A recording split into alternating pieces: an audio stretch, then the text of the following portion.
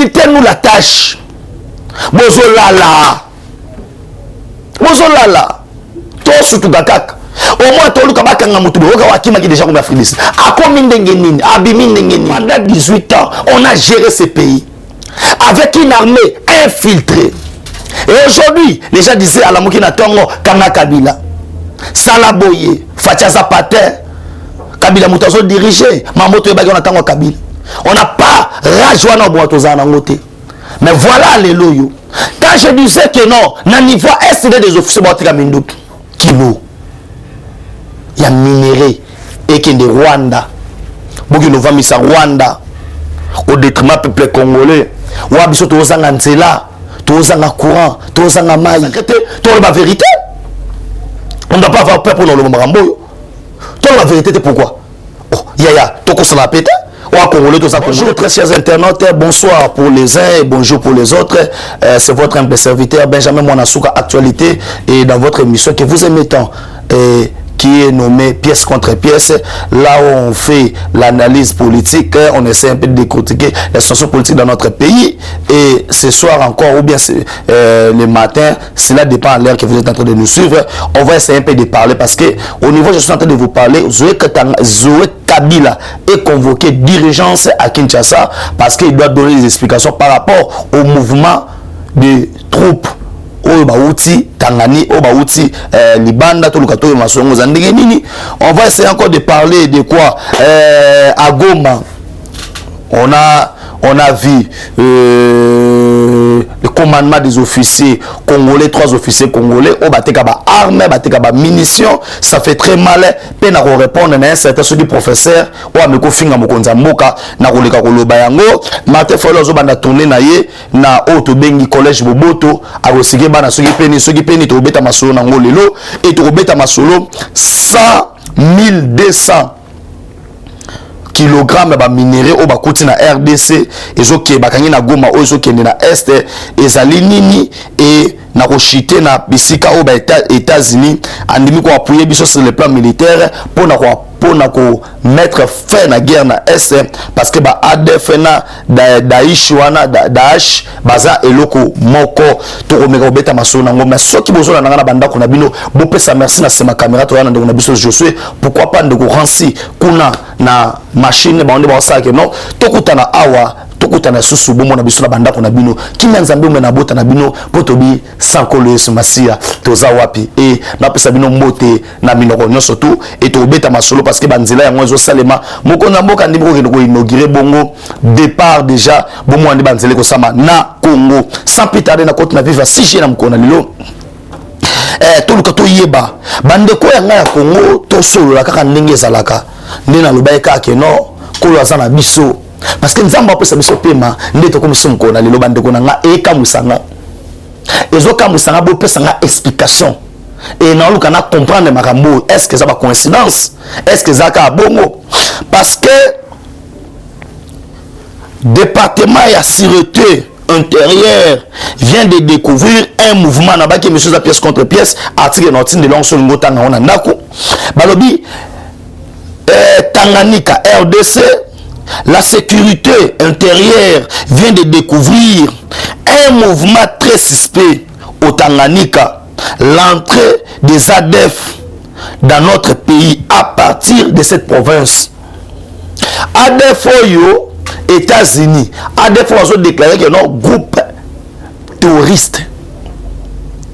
En effet, le gouverneur du Tanganyika, Zoé Kabila, est rappelé dirigeance à Kinshasa.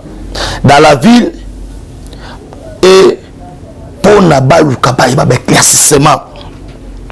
Coup de chapeau dans sa vie de sécurité. Coup de chapeau, Marambo, Benjamin Bandolo, Belobanda, Kalabat, c'est des mensonges, c'est de ceci, c'est de cela. Mais aujourd'hui, qui est devenu chose réelle. Réelle. Bengi ses dirigeants à Kinshasa. Zoana Boka Kalubarate, maman na mouté ma bête pouana. Aboma roulage, awawa. C'est pourquoi on ne veut pas de blagues. Pour nous mettre sur le gouvernement, on ne veut pas de blagues, mes frères. Tout ça blague. Rappelez dirigeance na Kinshasa, pourquoi? Parce que il faut que Lukato yeba. bato bazoya na Tanganyika bauti wapi mission na bango ezali nini comment yo Zoé Kabila rola mugaka na tongo tous les étrangers boy na boy un plan malkabique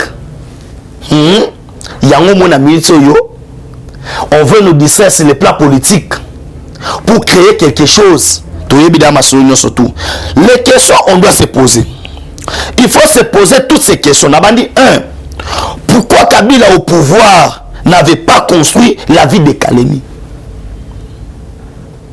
Je ne suis pas contre le développement. Écoutez-moi bien. Je ne suis pas contre le développement. Mais pourquoi on a commencé à construire en urgence? Et on nous alerte Kinshasa. Kinshasa, vous dormez pourquoi? Voilà la poanini. Les gens qui sont là, na sécurité, na ministère de l'Intérieur, na ANER, facilitez-nous la tâche. Bozolala. Bozolala. Tout surtout Dakak. Au moins, tout le kabaka ngamutubo. Oga wakima qui déjà comme Afrilis. Ako mindengenin. Abimi ndengenin. Boza wapi. Alerte générale. Pourquoi Kabila il a financé tina niveau ya ensemble professeur lobby que non mbongo zoazo ton appel place outita. Pourquoi? Pourquoi il fallait qu'on accélère? Parce que baba qui que non non mona qui makamo les kaka miniembwe. C'est parce qu'il avait des plans où il fallait qu'on exécute yango. Mais ça qui bino que Fatih na pouvoir, c'est plus de 6 fois on va arriver à tenter le chef de l'État, on va faire balongité. Balongité parce que Nzamba Sakinaye. C'est simple. Et aujourd'hui là, vous devez comprendre que non, Nakoto Nabinoka question, vous êtes incapable de me répondre. Pourquoi l'accélération? Parce qu'il y a un plan de balkanisation. Il y a un plan qu'on devait mettre en place. Nana Sabino ke kokenda Kabila na Katanga fa bakangika awa na njili. Tikayo no boena bobo. Non. Moussoza wa baza mabe na lobi nga déjà. Deuxième question. Pourquoi aujourd'hui sous le régime de Félix Antoine Tshisekedi Tshilombo, Zoé Kabila est en train de construire la ville de Kalemi avec une vitesse de croisière? Pourquoi? Pendant 18 ans, c'était où? Est-ce que Zoé et les spécialistes de la Bangoune surtout na Moussala? Non! C'est parce qu'elle a un coup de pouce. Oh, c'est pas un déconaillé. Oh, bazali na plan. Parce que secteur wana, ils ont affronté na Tanzanie, na Banini, na Zambie, na Banini. Baïbi que non, bakosa. C'est par rapport au positionnement mobile. Maintenant, ils veulent qu'ils puissent réussir la balkanisation. Mais, papa, pourquoi? Monsieur Bokanga Zoé Kabila, pour des raisons d'enquête. Bokangaye, vous avez peur de quoi? Bokangaye? Non, je suis sérieux. On doit l'arrêter. On doit l'arrêter. On doit l'arrêter. De moi, tout non, il a des immunités. Non, il y a des immunités, mais par rapport à la sûreté de l'État, l'insécurité, s'il représente une menace, si on collaborer réellement dans le groupe rebelle, dans le terroriste ADF, il faut pas qu'on aille. D'où proviennent les financements de l'argent?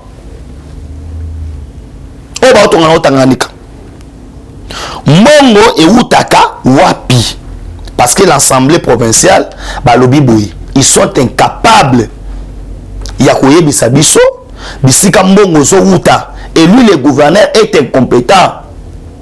Yakola Bisabiso que non, nazo défendre le budget nanga, nako natongi, nzelo na sali, Mbongo Outi. Non. Le gouverneur ne veut pas avec son argent en poche. Le gouverneur, toutes les actions de l'ensemble du province, de la province, ils ont coordonné. Na auto bengi budget. Budget on a gouverneur qui n'a défendre en assemblée provinciale. O azo sama muto yebité. Pourquoi tombolo? Moi amai, Fati béton. Tana oyango ya. C'est le temps oyo, on doit saisir ce type là. Parce que trop c'est trop. On ne doit pas toujours tout déplorer aujourd'hui. Aujourd'hui, ce sont des morts, hein, bazo qui font à Est. Mais les auteurs de la guerre, basés à Kinshasa, ils bazo vaquer librement dans ma baron. Ils se font des millions. Les gens sont en train de mourir. Je ne veux pas qu'ils aient le cas à Tanganyika. Je ne veux pas qu'ils comme trop tard. Oh, guerre, parce que dans cette télévision, toute l'émission, oh, il y a 3 pays. Tant que vous Tanganyika, ne voyez pas le roi simple. Je vous dis, dans le niveau Europe, il y a 3 pays. Nous avons la France, la Belgique, 3 pays la Suisse. Pourquoi la Suisse? Bah, minerai n'a pas bimara or, oh, boina, et que dans la Suisse. Or, on a besoin de en Suisse. Parce que non, le roi est en embargo. Ba pays ba guerre ezali bani ba somba minerai na bangote. Et les carapatries à Uganda. À partir Uganda et Koti. Papa ba certifié yango. Et bien le roi or et outi na Uganda, tout na Rwanda, tout na Burundi. Et les qui nanzela ya auto bengi Tchad, soit Soudan et qui ba Koti sona nanan. Et aujourd'hui, l'Europe, les 3 pays là, non, c'est très mal. Gestion, il y a Félix Tshisekedi Tshilombo et aussi Mbaté Nabiso. Parce que COP Nabiso, moi, marché zate. Faut que le prétexte moko boye. Auto le sala. Pour être comprendre, tu continuer dans le même système. Pourquoi? Ces gens-là, ils ont perte de vitesse. Perte de vitesse na bango, ils ont fait en sorte que au banda ko gagner gagnant au bon côté. Parce que ils ont autre bengi va la politique ya sika. Na kati ya union sacrée. Au Mokonzamboka a initié et on doit revisiter tous les contrats miniers. Et pour mettre ça, et Bazar Plani, ils doivent rendre une partie ya Congo ingouvernable, à l'autre autre, bataille les régions, ils ont plus en minerai, place au pays stratégique, et au pays surtout, au Tanganyika. C'est pourquoi, dans la vision de Jacques Kabila, il avait bien préféré que non, son frère, pour trahir, il était à niveau à Tanganyika pour réussir la liaison. Nous mon appel Kabila Lungu awa akena katanga. Là encore je dis que ma service de sécurité, vous n'êtes pas à long terme dans Moussa Nabino. Moi je dis bien. Je dis bien. Non bah solo non constaté. Je dis vrai c'est ça. Parce que rôle Nabino est allé déjà qu'on yebaka déjà qu'on se prépare déjà conséquences. Boebelo nyango ko ya X to Y. Faut boyer bakango. C'est ça. Je n'ai pas honte, il y a Roloba Makamouana. C'est ça, on a la sonité. On a la sonité, et aujourd'hui, financement, et quand on a une infrastructure, non pas pour la bien population, mais c'est par rapport à la plan de balkanisation. Je dis bien, l'infrastructure c'est pas pour le bien des peuples congolais, mais c'est pour détruire les peuples congolais. Parce que s'ils avaient aimé ces pays allaient développer il y a des années passées. Na 4e point, pourquoi Kabila veut soutenir? C'est pourquoi Kabila avait soutenu son frère, c'est clair. Entre un ami et un frère, pardon, le choix est clair. Papa Nangaï, Fachi en Ouata, ce gars comprendre ma beauté. Les chefs d'État sont compris mon stop très bien. Pourquoi? Tu as la carte de consultation, bah solo là bah nous surtout, bah c'est bien bah quand ta carte union sacrée, Zoé Kabila Zaye mutumo aboyaki, soit bien en côté n'angate. Oui c'est la démocratie. Mais tant on bien en côté, il va gérer la province avec quelle vision? Parce que les visions autour tout le monde doit communier autour de l'union sacrée. Cette vision là, chère à Félix de Tshilombo. Tant que ça que Zoa Kotiti, expliquez-moi maintenant, techniquement parlant, comment il va gérer la province. Parce que désormais, la province faut la gérer, dirigée par vision. L'union sacrée. Il y a sa vision. Comment il va marcher? Très chers internautes, voilà la situation de notre pays. Voilà ce que nous sommes en train de déplorer. Voilà ce que nous demandons que non. Nenge Zoé, Batindele Mukanda na Kinshasa, Azongate.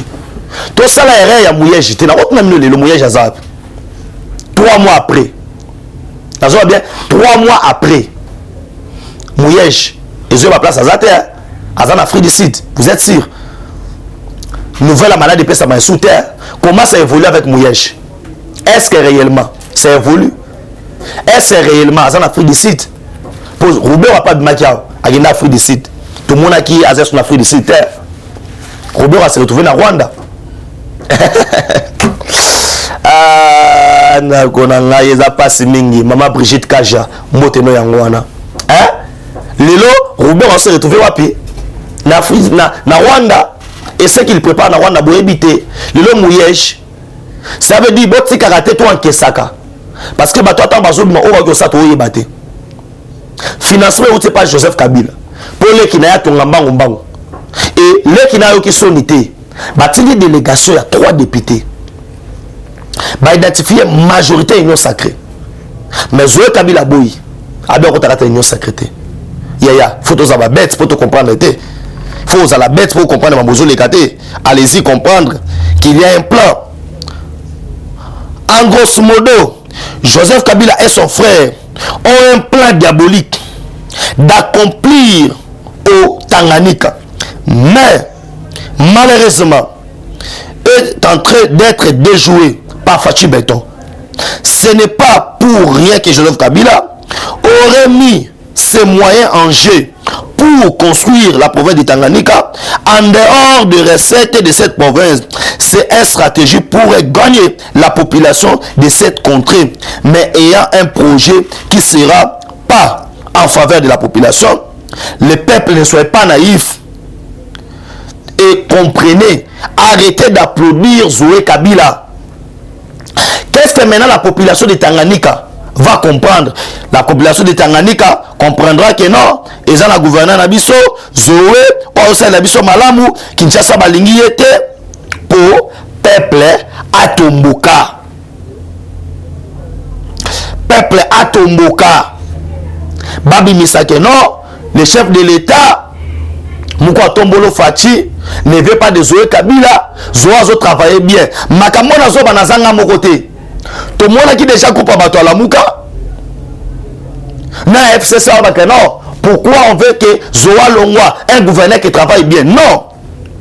La province du Tikatanga compte à elle seule 340 000 déplacés internes.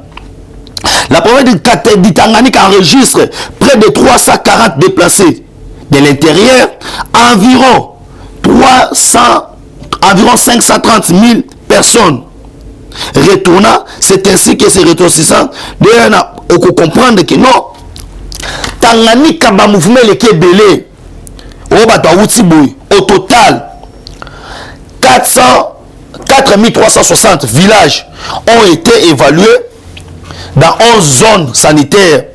Un cumul de 360 déplacés, personne retourne. Mais bazo ruta bisika na bipai. Nazo sabiso gouvernement to fongola miso makambo etali Tanganyika. To fongola lango miso parce que il y a de forts dangers. Place wana danger za makasi. Danger ezali makasi na Tanganyika wana. Na koti mbamo na dossier des officiers de FARDC et cadres arrêtés dans un réseau de trafic des armes. Les chargés de la logistique, les chefs de transport, les chefs de dépôt de la 3e brigade des FARDC, les conservateurs de sous-stations de INCCN, Autobing Institut Congolaise de conservation de la nature, en secteur de Rwenzori, sont arrêtés pour des raisons des enquêtes dans une affaire présumée de vente, de trafic, de munitions, de guerre et de stratégie militaire. Maman Nanga. Mbokoyo Congolien Totila. Ah, Congo. Bande Konanga, c'est grave. Ça me fait très mal. Hein? Néolo Bakeno. La kokende na élection na mboka boy tokende tokete papa on va pas aller hein? Les officiers on va ôter capitaine pour mobimba masas hein? Piqué pour ne kotaka 800 caisses à armes na 800 caisses à armes ba chargeur ya ba 32 zali ya ba 36 zali. Qu'est-ce moko ekotaka 120 quelques chargeurs à Massassi. Lisasi moko bomaka mutu moko na logique.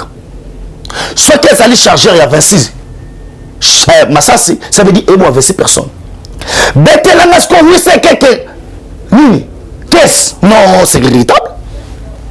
Bato baba congolais. Moi, Benjamin Mwanasuka, congolais, il y a papa na maman. Nandime peka Massassi et bon mande konanga. Non. Non kokangote. De pas même au thème. De pas même Mabanzo, je ne peux pas faire ça. Mais seulement mon n'est pas congolais. Voilà comment pendant 18 ans, on a géré ce pays. Avec une armée infiltrée. Et aujourd'hui, les gens disaient à la Moukina Tongo, Kanga Kabila, Salaboye, Fatia Zapata, Kabila Moutazo dirigé, Mamoto Yabagona Tango Kabila. Très grave. Massassi c'est autre Kinshasa. Pour tuer le peuple congolais. Très cher frère. Non. Il faut avoir un cœur. Il faut avoir un cœur, monsieur. Voilà pourquoi on demande Namukwa Tombolo. L'identification, c'est de l'armée. Au sein de l'armée, quand il me menait au Tandama, Yaya, on Congolais, jamais.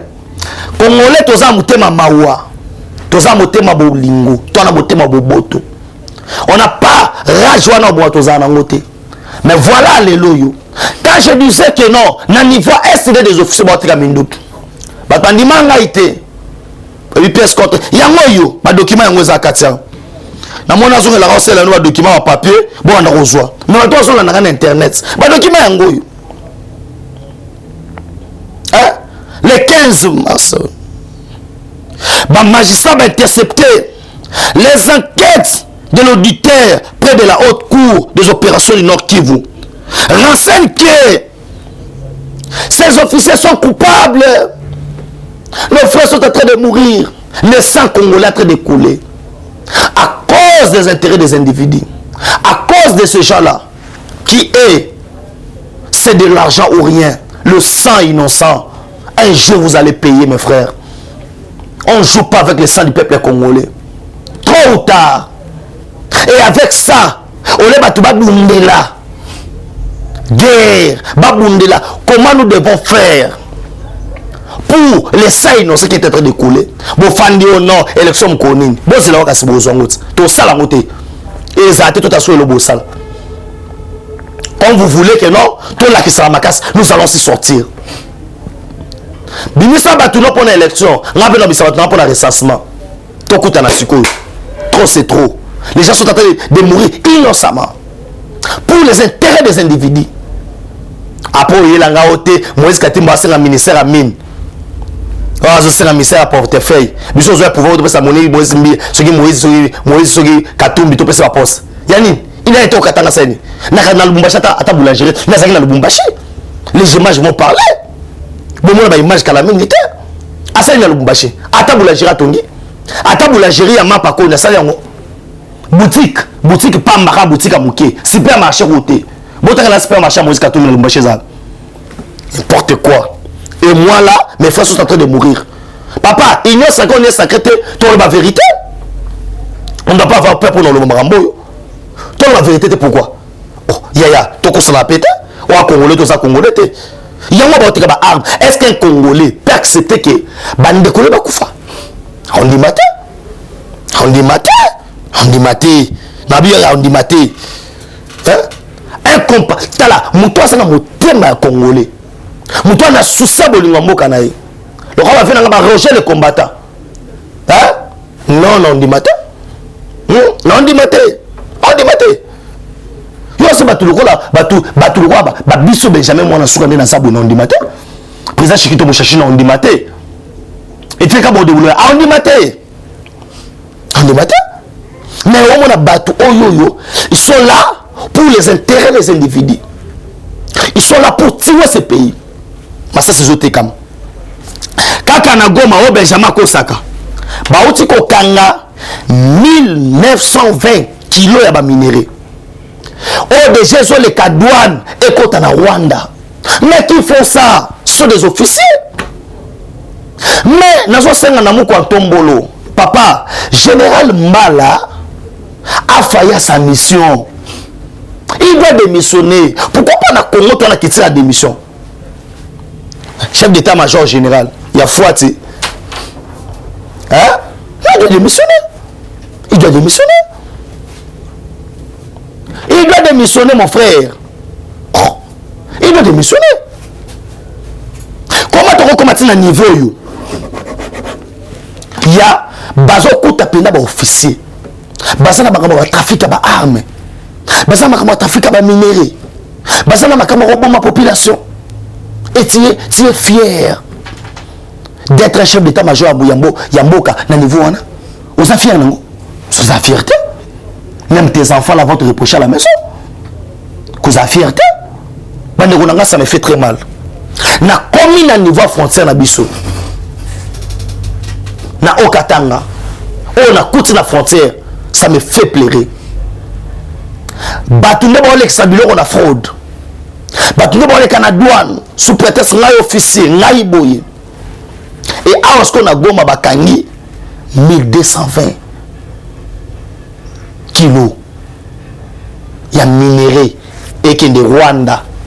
Beaucoup nous vont à Rwanda au détriment du peuple congolais. Ou à biso tozanga nzela, tozanga courant, tozanga mai. Hein? Coup de chapeau parce que ah est-ce qu'on comprend que non? États-Unis à côté makambango andimi pena lobi que non guerre ya ba ADF. Guerre wana ezali guerre moko ya ba terroriste.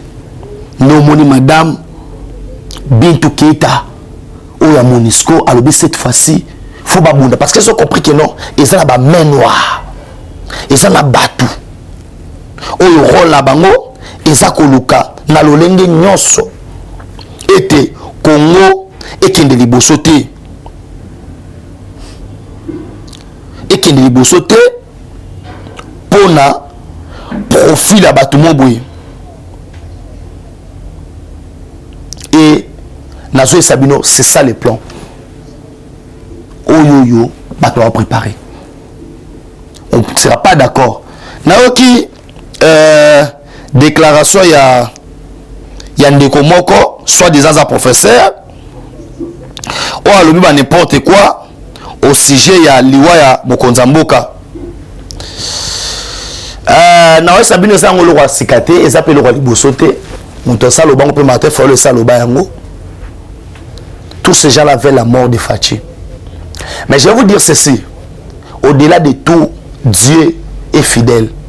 Et ne voyez pas que non, de quoi on a en Corée, à Zaboye, alors on a pas battu. Alors on a parce que Bazali na Otobengi branche na bango awa oyo po na bango na balolenge nyonso. Il faut baluka ba boma toujours auto bengi Mokonza Mboka mais ekope sabiso bolemute et bang sabiso pété sera le bibongo parce que toujours se préparer en conséquence. Nous savons bien les bien que non plusieurs personnes ne veulent pas auto bengi Congo bonga hop Congo pour bonga et ça na moto à rebongisa Congo c'est Félix Antoine de Chilombo. Bama kitana bango surtout et ça dénie les sans effet na bondeli bongo na kombo na Yesu pour ekosimba te na kembala moko na dossier oyo bozoka awa un certain Fayola lobby fata mwana ba école au bana na collège Boboto pour na likambo etali a expliquer bana ça ni. J'aimerais d'abord à demander à Fayola tant akoma kuna bana ba poser une question à liboso. Le président de la République, il y a la République démocratique du Congo nani. Sora Ibisibino, Kombo na ye, ne bo continuer la discussion. Sora Ibisibino Kombote, bon mon que c'est un aventurier. Parce que, à la cohérence politique était. P, nous savons déjà tout. Qui est, Bandeko Bozo Mona Wana, ils veulent faire des histoires.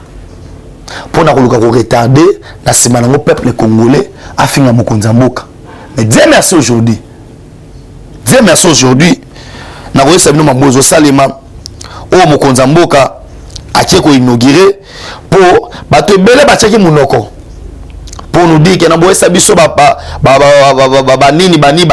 non awa sikoyo il y a un plan o mokonza mboka atie ko inaugurer lelo banzela oyo ekosunga République démocratique du Congo na projet kitoko oyo mokonza mboka amemi bakosala bongo lelo déjà pesi coup d'envoi ya projet on a benyango Tilegelou.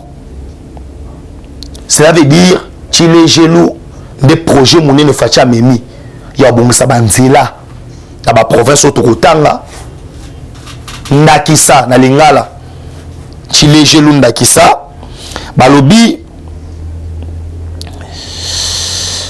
c'est la périphérie de l'est de Kinshasa, précisément en passant dans la commune de Ntsele, que le président de la République a choisi pour donner les coups d'envoi des travaux. Bakosala bongo 39 000 km de route pour la Kinshasa. Bakosala bongo 25 km pour la ville Mbujimai. Bakosala bongo 10 km pardon pour la ville ya Lusambo. Bakosala 10 000 km pour la ville ya Kabinda. Bakosala bongo 35 km pour la ville ya Kananga. Bakosala pe 5 km pour la Mweneditu et puis 15 km pour la Chikapa. Balobi Moussalango dire nango et kozala ya 28 mois pour la ville à Kinshasa, pe kozala 36 mois pour la espace Grand Kasai. Merci na mokonza mboka parce que oki kolela na biso, oki kolela ba ressortissant ya Kinshasa, ya Grand Kasai en général, ba sa banzela et des Damasekota et des enclavés Otobengi, les Grands Kasai et Bongonde Tokotonga Congo. Tout le monde déjà au niveau du Congo central, Bakobanda déjà nzela rail, ou relié Banana, Mwandati, Kinshasa, ainsi va la vie. C'est comme ça que Mokonza Mboka a kobongisa Congo. Na moment bino boza ngola la pungi, biso na kati bongisa Congo. Na kebisi bato nyonso, ba yena kati nyonso sake pour na loka ba poste pour toi na besoin te. Na komi na soka émission na ngai, na pesi merci na auto bengi Chosue parce que mtozena c'est ma caméra. Pourquoi pas na pesa merci na auto bengi qui sont le tête fou mon Italie et mon frère en direct à Maroc na obo santé Alain Moulamba parce que tous les temps zarana ngai na tiko poani ndeko nanga ba mbote no yangwana na pesi mbote na papa dipa na Nzambi. Pourquoi pas na pesa mbote na auto bengi na kombo ya Patrick Nzomba moté mama yuyu ba mbote no yangwana et à ma mère auto bengi na kombo maman Brigitte Kaja. Pourquoi pas na pesa mbote belé bisiko zali et na pesa mbote na maman Lumière auto bengi maman Tumba Jolie bisiko zali en direct États-Unis d'Amérique. Et pourquoi pas to pesa mbote na auto bengi yanga ya tango no soto mon ami mon fidèle Jimmy Congo bamote na ebele belé. Pourquoi pas na pesa mote na ndeko nanga Agostino et bamote na bino bisikato bozali et kimi Nzambe umela na kati ya mabota na bino bandeko na ngai ya auto bengi Fachi Solution village Molokai kala mingete anniversaire 35 auto bengi ya liwa ya Papa Wemba musée na ebike notre rosa mobimba ana présent Chikito Mushashino. Pourquoi pas na bino nyosoto on contacte Zara moko puis 43 9 70 40 89 57 puis 143 9 70 40 89 57 soit comme melanga na Facebook Benjamin Mwanasuka ozo appeler ça solo otanga yango parce que TV za radio te bako sape mukoli kambote po komaka ciao. Eshima, votre magazine qui bat au rythme de l'actualité. Une réponse à vos besoins en information, un éclairage dans divers domaines. Impartial, documenté, instructif. Eshima au cœur de l'info. Retrouvez la nouvelle édition Exclusivité. Eustache Mouandi, ministre d'État, ministre des Ressources hydrauliques, relève le défi de la libéralisation du secteur de l'électricité.